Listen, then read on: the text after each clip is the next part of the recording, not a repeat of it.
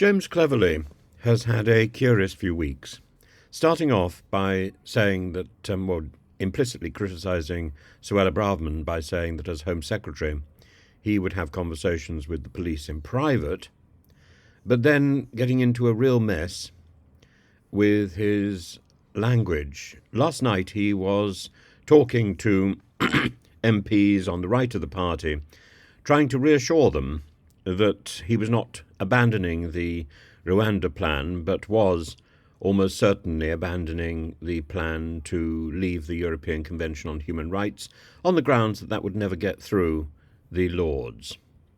But on the other hand, he was saying he wasn't very specific.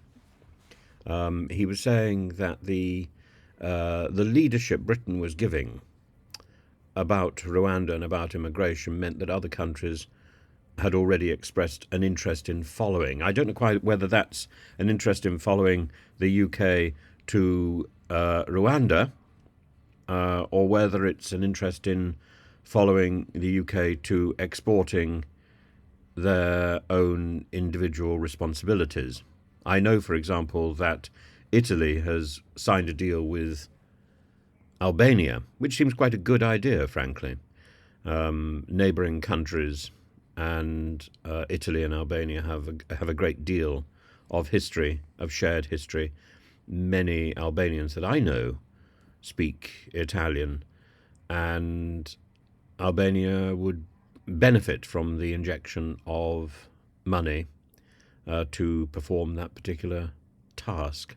Rwanda is a long way away, and this idea of a deterrent, I think that is the principle. There are two issues here. Number one is the idea of exporting your responsibility. I don't think we should, but if we do, I don't think that acts as a deterrent, and that is part of the problem, that the Rwanda scheme packs in so many issues. And unpacking the Rwanda scheme, not only the idea of our moral responsibility, whether it's politically expedient, but also the legal issue, but also the idea that historically, within recent history, Rwanda has been exposed as a country that kills refugees when they get in the way.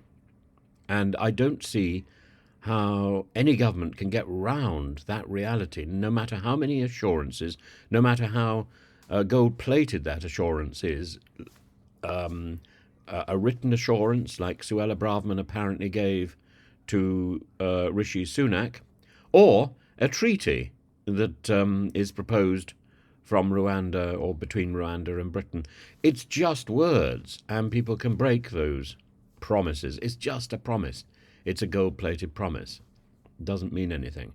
And then even having observers on the ground, again, that doesn't really do anything because they can't be everywhere. And it's about a mindset, and the mindset of the Rwanda Protection Forces, the Rwanda Police, the Rwanda Army is not is not focused on the protection of refugees. It's focused on the containment and, if necessary, the eradication of refugees. And I'm not convinced that our position is so greatly removed from that. We just want them out of the way. Actually, these people have come to us seeking sanctuary, and that's a noble, historical, religious concept, and we spurn it at our own expense. We are the lesser for that sort of that sort of attitude. So James Cleverly has been very interesting. Now, what I didn't realise, and what somebody has reminded me, was his apology to Alex Cunningham was not an apology. We know this. It was not an apology. But it contained a veiled threat. And I'm very grateful to John Bertram for pointing this out. It's quite true. Are you calling me a liar? Me, a diversity hire? A liar? I would choose your words very carefully, my friend. Very, very ominous language from James Cleverly, who clearly has a chip on his shoulder.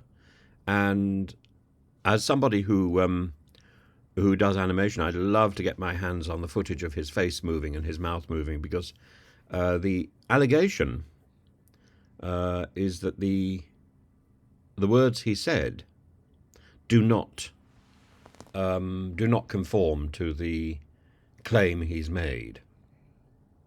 So a shit MP would involve particular vowel sounds which distort the mouth. It's the same issue as Jeremy Corbyn saying woman.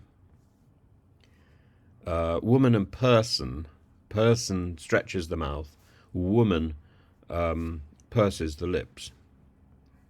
MP stretches the mouth like a letterbox. Hole purses the lips. So I can well understand why Parliament, in an effort to protect its own back, doesn't want to release footage of James Cleverly's face at that particular moment. And the soundscape is confused. But once again, the people who have listened to that carefully, who have an experience of swearing, who are academically geared up to analysing swear words and the rhythm of swear words. It's the rhythm, not the actual words, which is important in so many cases. And the rhythm of his language doesn't suggest that he's going to say an extra 2 syllables after the word shit. It suggests he's going to say 1 syllable, and that syllable is going to be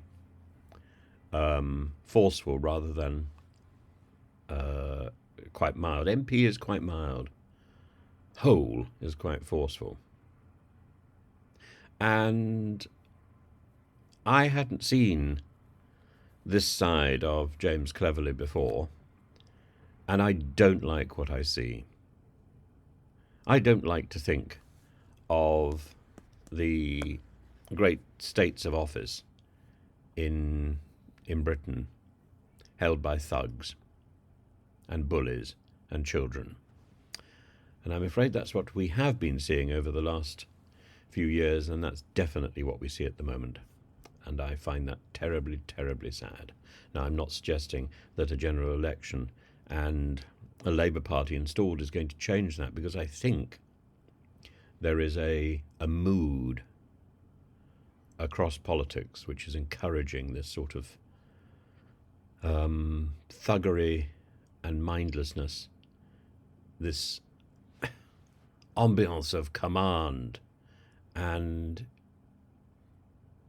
it's worrying.